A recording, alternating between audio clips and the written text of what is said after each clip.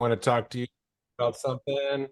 I thought I had shared this, but I don't actually think I did. So last time I love this simple little book. This book will teach you how to write better. Nothing elegant about it, but man, you read that title and you know exactly what you're going to get. The first chapter was that envelope exercise where it talked about the two different letters to mom. One was like how great she is, and one was how horrible she is. And the whole point was words make a difference to the reader. They have an enormous impact on someone else. And if I did read this already, forgive me, it's worth reading again. But chapter 2 is no one cares about you. Oh, It starts out that way too. Oh man, this is gonna hurt. Nobody cares about you. They only care about themselves. Got that? People don't care about you, they care about themselves. I want you to repeat that in your head 3 times out loud, please. No one cares about me, they care about themselves. No one cares about me, they care about themselves. No one cares about me, they care about themselves. What? So why are we repeating this depressing statement? Well, it's simple. When people come to something new, they immediately assess if it's useful to them. So if a pregnant woman stumbles upon a page called How to Avoid Stretch Marks When You're Pregnant, she'll likely be very interested. She'll probably never know the name of the person who wrote the article. However, the information applies directly to her. This is a very powerful concept, my young apprentice. Remember it. When people come across the things you write, you immediately want to get their attention by at least implying what it can do for them. Way too many website emails, letters incessantly talk about themselves first, kind of like, welcome to Ace Tennis Coaching. We are dedicated to serving our customers. We have been focused on quality service for years and have a dedicated staff to help fulfill your tennis needs. Our team is focused on quality coaching and delivering great training. We aim to serve our customers' needs, blah, blah, blah. Did you get anything out of this fluff writing? No. It was all about them and nothing about you. If you're a greedy little monkey like I am, then you're more interested in what the company can do for you. Maybe something like this would grab people a little more. Every amateur tennis player has the exact same problem with their tennis swing. They don't bend their elbow at the proper angle for their height. Sounds really simple, but we see it every day. Chances are you bend your elbow incorrectly also, and we're going to show you how to hit the ball harder simply by changing the bend of your elbow. This little body hack will let you hit the ball harder without swinging harder. Hit the sweet spot of the ball with each swing. Increase the speed of your serve by 20%. All these improvements come from simply bending your elbow in a slightly different position. This is just the first thing we teach you at Ace Tennis Coaching. Our more advanced training will improve your game beyond what you thought possible. Our professional coaches have helped over 800 people like you take their tennis game from amateur to professional.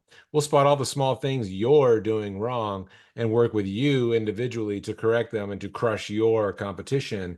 Come by for an analysis of how you can improve your tennis swing. It takes only 20 minutes and we'll identify all the tweaks you can make in your game, which will take you to the next level. See, we talked about the company a little, but the main point was the benefit the customer would get. This is what the customer is interested in. We only mentioned something about us to establish some trust and credibility. So remember that that phrase we repeated in the beginning, here it is again. People don't care about us, they care about themselves. Through this frame of mind, we can better assist people, better get people to read our stuff. For example, you can describe everything a person is interested in one small title. How to avoid getting stretch marks. 3 ways to increase small opt-ins.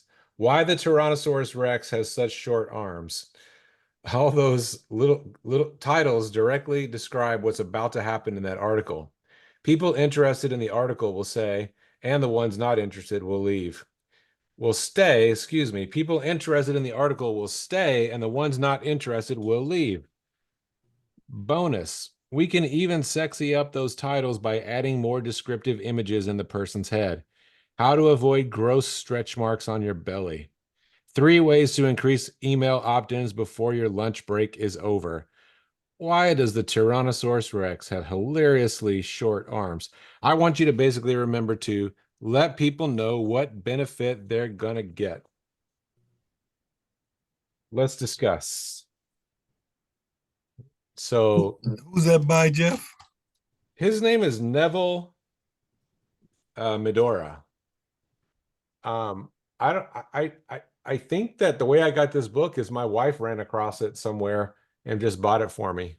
Hmm. Oh, So because I don't remember hearing about it, but it's just it's the title, the way he does it, this is very indicative of his style of and the name again, I can't see it as well. I think you've given it to us before, but I'm gonna write. yeah, this book will teach you to write better. The Okay. subtitle is This book is short, effective, and sort of offensive, but you will write better after reading it. And he has a quote at the bottom: communication is Oh, just getting information from one brain to another brain. Um, but I, because I write every day on my newsletter, I'm guilty of not taking enough time to take my ideas, my thoughts, what I care about, and translating into why the reader would care. And I can tell you, I get a lot of newsletters in my inbox because I have just subscribed. I probably subscribed to 100 newsletters on Substack, and very rarely do people write for the reader. And so I never want to stop hitting that drum for you because I think it's so easy to underestimate it, and we don't like it because we're Christians and we don't want to think that anybody is selfish. But we all are when it comes to allocating our time and consumption.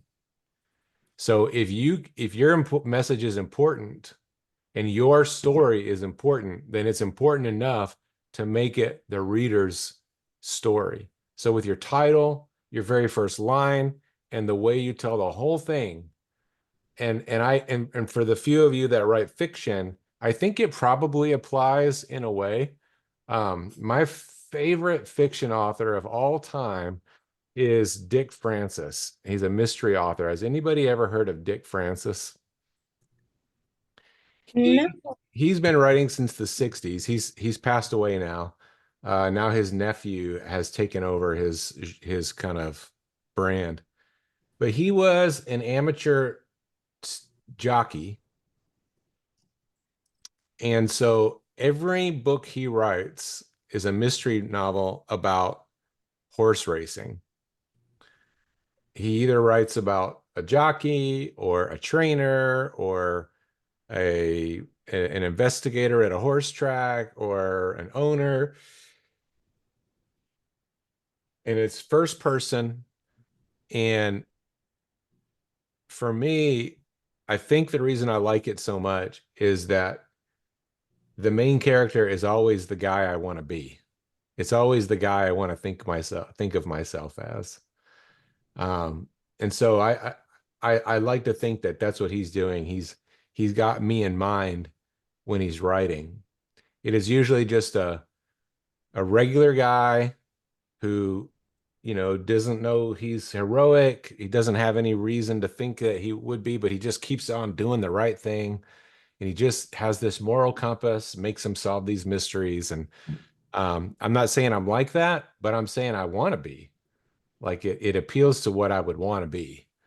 So, but this is much easier to understand in nonfiction, which is you have a story, but if you don't make it the reader's story, and you have a message, but if you don't connect it really clearly and simply to something that the reader thinks that they need, then nobody will read